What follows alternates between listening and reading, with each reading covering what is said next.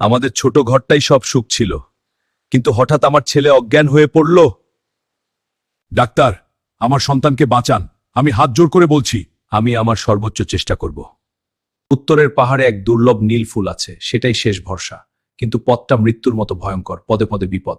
ওই নীল ফুল এনে তার রস খাওয়াতে পারলে তোমার ছেলে সুস্থ হয়ে যাবে। ও পথে ইও না, ওখানে নিশ্চিত মৃত্যু। অনেকেই গেছে, কেউ ফিরে আসেনি। আমার সন্তানের জন্য আমি ভয়কে জয় করব।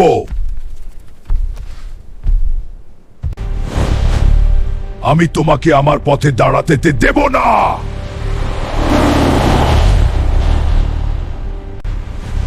দেখ! দেখ! আমি হাল, তোর খেলা শেষ। আমি জিতেছি, কেউ তোকে আর ছুঁতে পারবে না। এই নীল ফুলই আমার সন্তানের জীবন ফিরিয়ে দেবে। বাবা, তুমি ফিরেছো, আমি এখন ভালো আছি।